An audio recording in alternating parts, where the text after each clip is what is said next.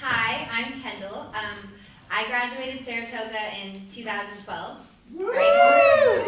Yeah. I don't think I've been back since, to be honest, so this is really crazy, but really awesome. I then went to Loyola Marymount University, where I studied writing for film and TV, and where I met the love of my life, not in that way, but my writing partner, Lily Drew, who is not here, and it's really weird. We, through private investors and fundraising, wrote and produced and directed a TV pilot together and had the guidance of a producer from Happy Madison, which is Adam Sandler's company, help us with that, and edited it, and now it's finished, and now we're going out and pitching it to hopefully Netflix and Sony, but again, which will tell you is meetings get pushed, things take a lot longer than you think, and you gotta want it. Most of my content, by the way, is a little raunchier. If you like Amy Schumer, Broad City, that's my vibe. But we wrote a Christmas movie, because I'm also a nanny, and I wanted little girls that I'm nannying for to actually see something I wrote for once. And it's in the realm of like Elf, but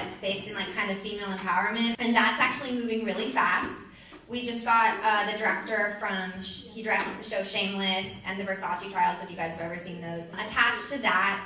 And we have a potential investor, and so that seems to be moving really fast. Those are the two kind of main projects I'm working on, and then I also have another pilot that I wrote with Lily, and we're pitching that. But I'll talk about this more later. We've utilized social media a lot to sort of grow a presence for ourselves. We're called the Eskimo Sisters. Please follow us. We really appreciate the support. I would just say, like, creating your own content, because I think we've all done it, is a great way to like get people to notice you, and it's kind of what like Issa Rae did and Broad City. So we have this hype reel that kind of pitches me and my writing partner as like a comedy duo and kind of explains everything that we did. I did re-edit it today, taking out certain moments that were not high school appropriate, so forgive me if it doesn't look amazing, but this is just so you can get a vibe of like, we like created our own opportunities and we did this ourselves. Whom this may concern, I, Kevin Pollak, love the Eskimo Sisters. Hi, I'm Kendall. And I'm Lily. And we're the Eskimo Sisters. The Eskimo Sisters. That's all, folks.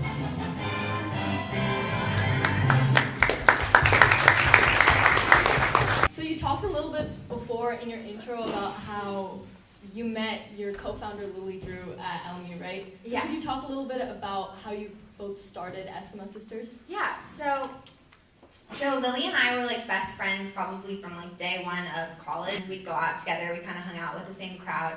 And we were both kind of the same personality, where we always attracted like interesting, quirky people and like experiences to ourselves. We lived on different floors, but we'd go out like the night before, meet people, have a weird, funny story, and then it'd be like story time, and our floor would like gather around and we'd talk about what we had done, what happened.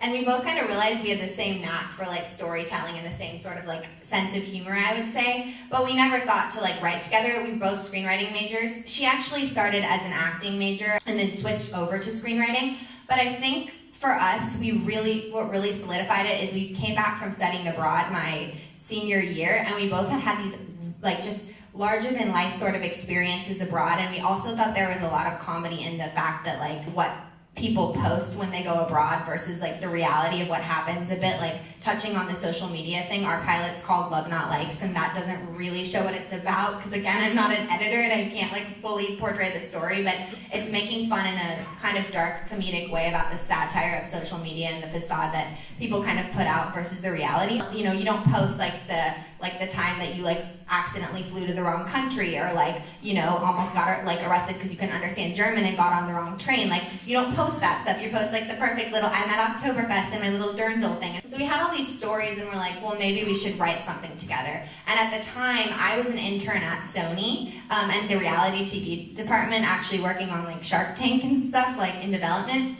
And the chairman at the time, Steve Moscow, he came in and sort of talked to the interns, and he's like, hi guys, I'm Steve, like I have an open door policy, please come talk to me. And I think this is a really big thing if you want to make it, and I haven't made it yet. I have a day job at Sugarfish, like that's my day job, but if you really want this, what you should do is take every opportunity and knock on people's doors, and don't be afraid. And he kind of came in and he's like, please come see me, I want to help interns. So I went and saw him, and I was like, hey Steve, I really want to be a writer. And he's like, well, have you written anything? And I'm like, yes, I've written a lot of things. But in particular, me and my best friend started writing this script together. And we like meditated and like talked about life. And I got to be friends with this guy. And he was just like, you know what, come pitch it to me. And I was like, wait, really? And he's like, yeah, come pitch it to me. So I called Lily. I remember like being at my desk, like trying to work on this deck for this like new reality show. And just like, I was like, oh, Lily, we got a pitch with Steve. And she was like, I was so excited. And then I looked up and Seth Rogen was casually leaning on my cubicle, and I was like, well, Sony, whatever. So then Lily and I went to our sitcom professor, and named David Garber, who is my favorite teacher of all time, and he was like, actually worked in the industry as a television writer for a long time, and we were like, David, we have this pitch with Steve, we really need guidance, we need help actually making this a real pitch. And so we sat down with him and spent hours making this whole kind of pitch deck, and I think Steve expected us to show up with a very half-baked idea, and he was giving us a chance to pitch as interns, but we showed up naturally in German dirndls. We looked like a weird birthday gram walking through the pristine halls of Sony Pictures, and we pitched this idea, and halfway through, Steve slams his hand on the desk, and he's like, wait a minute, I blank love this idea. And we're like, wait, really? And he's like, yeah, I love this idea. I need you guys to pitch this to my son over at Happy Madison. And we had also made this little video together. It was us rapping about studying abroad, and it's actually the most embarrassing thing I've ever made. And we showed that during our pitch. And he was like, not only do I think this is a great idea, but you two have something together, and I think you guys should start pushing content out on social media so people can understand your voice.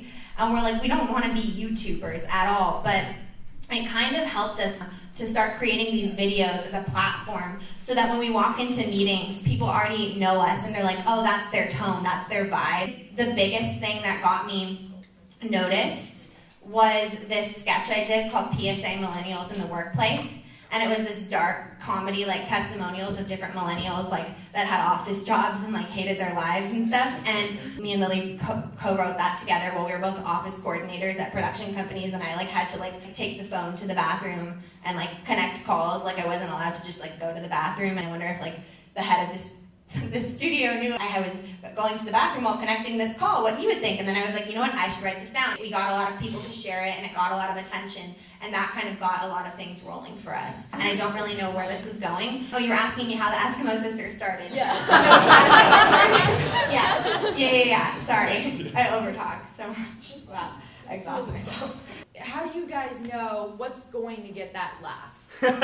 But that's the thing. Here's the thing. Like, I just think that like every single person is a unique individual and like has different day-to-day experiences and things that like are funny to them. Lily and I have never once like tried to be like, oh, we're gonna do what everyone else thinks is funny. We're like, we think this is hysterical, and hopefully someone else finds this funny too, you know? And like everyone has a different perspective that makes you a quirky individual, like who you are. And I think it's just leaning into that, you know? I'm very ADD, in case you can't tell. I have a plethora of different learning struggles. I lose my like debit card like every day. I probably have food on my face. I'm like a huge empath. Like my Instagram bio is the girl who feels everything except for the crumbs on her face, and that's like literally me. So it's like leaning into who you are and just going with that. I would say, don't do it for anyone else. Don't try to be something that you're not. Just be you. And if people think it's funny, then that's awesome. If they don't, who needs them? My goal is hopefully by Christmas 2020, you will see a Christmas movie out there with my name on it, written by me. That's very optimistic, but I do feel like our Christmas movie is moving pretty fast, and we have some big players attached to it. I think the concept is very now, and it's very about female empowerment, and a lot of people are attracted to like the concept. I wish I could tell you guys it, but I can't. With Love Not Likes and this other pilot I wrote with Lily called Millennial Messiah, like those two I would love to sort of sell within the next year or two. My end goal is to be the kind of millennial version of Tina Fey and Amy Poehler. That's my dream one day, is to have a musical based on a movie I wrote. I feel like when you know you've made it, you know what I mean? Like, I want to write a Broadway play one day. I dream big, but I think that you should. And I think that if you believe that you have it, you will. There's been a lot of highs and lows. I've had so many almosts, and I think you have to learn. It's like when you're like dating, like for the first time too, you know, you can't just put all your eggs in one basket on like that one person.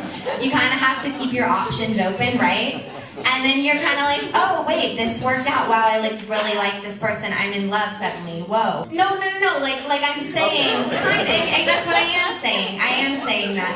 No. I'm not saying like say you're in a relationship with 10 people. I'm just saying like when you're first starting to talk to someone and you really like them and you really want it to work out with one person. This is not high school. I don't think this is. I'm just saying like. Only take one you person do to that. prom. Just No, I'm a romantic. I'm not saying that. I'm just saying it's like you want to cast your net wide. You don't want to put all your eggs on one specific thing working out. And I think that's just life in general. Like I should have used this example. I don't know why I didn't. Colleges. That's way better. So you're applying to colleges. You really want to go to USC, right? Right on. And I'm saying not saying anything about USC, right? But like there's also probably a million other schools that you'd be really happy at, and you don't even know what's the best fit for you. So that's kind of what I'm saying, is that you just kind of have to put it all out there, and something's going to happen. That's Yeah. incredible. Yeah. Let's give it a There we go.